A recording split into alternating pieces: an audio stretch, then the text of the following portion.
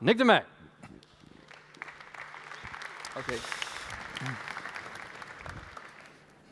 Thanks. Okay, good afternoon. Nick de Meij, indeed, co-founder and owner of the Board of Innovation. So, what do I do on a daily basis? Basically, okay, here's my remote. Yeah, I always try to look for new ways to make a revenue, helping companies find new income streams, and so on. So the main tactic here, we try to copy business model patterns from one industry to the other. That's the main approach.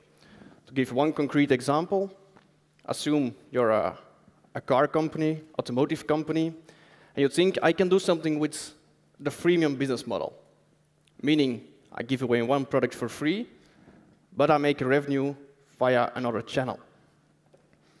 Company Better Place, that's exactly what they're doing. They give away the car for free. That's the experiment ongoing right now. And they copy the business model pattern from another. So they copy the business model from the telecom industry, give the car away for free, but suddenly you need to sign up in a 3-year contract on electricity. That's the same approach. So in our quest or search for new business ideas, we regularly stumble upon quite remarkable business concepts, business opportunities. So I'll briefly highlight a few examples of that. First, what's the easiest way to make money? Well, one of the best tactics is just sell fear. Sell fear, scare people, make people very afraid, and suddenly it will boost your revenue. So that's a very simple approach. On a very small scale, you see concepts like this.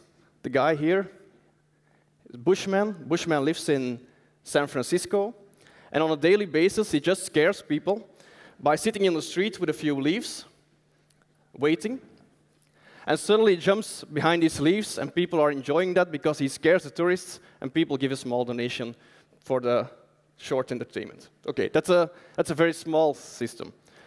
Other industries, of course, they do it more in a more scalable way. Remember the swine flu a few years ago? It was more or less a joint venture between the big media companies, the struggling news industry. They made a joint venture with the farm industry, and together they made us all very scary, that we will all get sick and whatnot. So that's always a good approach. Normally, you wouldn't like to get sick. That's at least the assumption. But what about the opposite? There are people right now, they would love to get sick. Even there are many business opportunities. They even want their kids to be sick. And that's what's going on in the States at this moment. There's this big debate going on against vaccination programs. So people are looking for ways for natural immunity for their kids.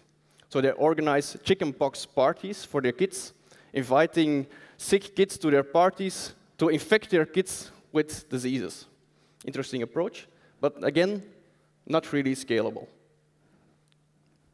There's this lady, she said, okay, there are better ways, I can scale this up. I just sell chickenpox-infected lollipops.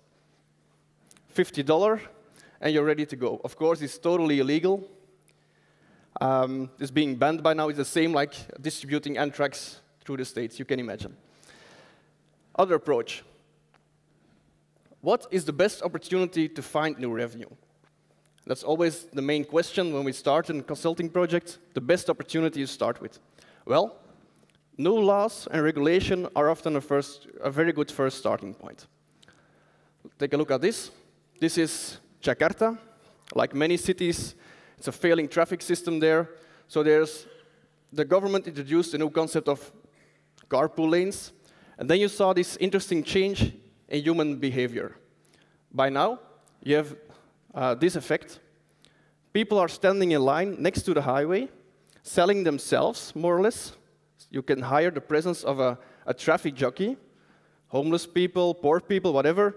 You can hire their presence for around $2.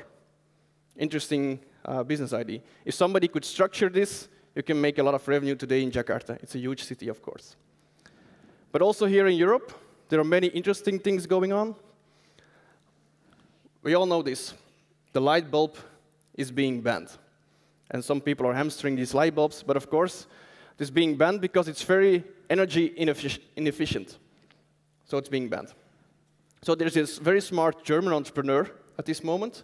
And he said, okay, it's very energy inefficient. So I will just sell it, not as a light bulb. I will sell it as a small pocket heater. It's a small, inefficient pocket heater that just happened to fit in a light bulb. So very smart. And he's now running his branding with heatball.de. You can look around and see if it could work in the end. And he's now looking for small opportunities within the regulation at this moment. But it could work. Who knows? So this is what's going on here in Europe as well. A last one. What's the most desperate way to make some bucks? And normally people go into prostitution maybe, or they sell organs. The most desperate way, I need money fast. So what did I do? There's another guy, and he took a different approach. He said, okay, we're going to have a very lovely day, the best experience ever. You can hunt me. Costs you $10,000.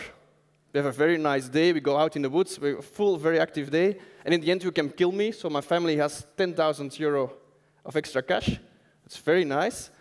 I will survive, he said. I have this lucky jawbone at my coat, so I will survive. But OK, we have a very nice day. Of course, this guy, it was a big media stunt. He got all the news coverage. So hopefully, he has a better job by now. But the basis was very interesting. Could I scale up an experience? How far could I go for my customer? How far could I take it, and could they value that? So that's the main approach here. So I will round up here. It's very short, of course, 7 minutes. Tomorrow we will play around in a workshop with these tool sets. Some of you might already even know that. We have a tool set to design new business models. And we have a more realistic approach tomorrow, like the car owner giving cars away for free, learn from the telecom industry. That's basically what we will do tomorrow. I want to thank you for your time, and hopefully I'll see you tomorrow. Thank you very much.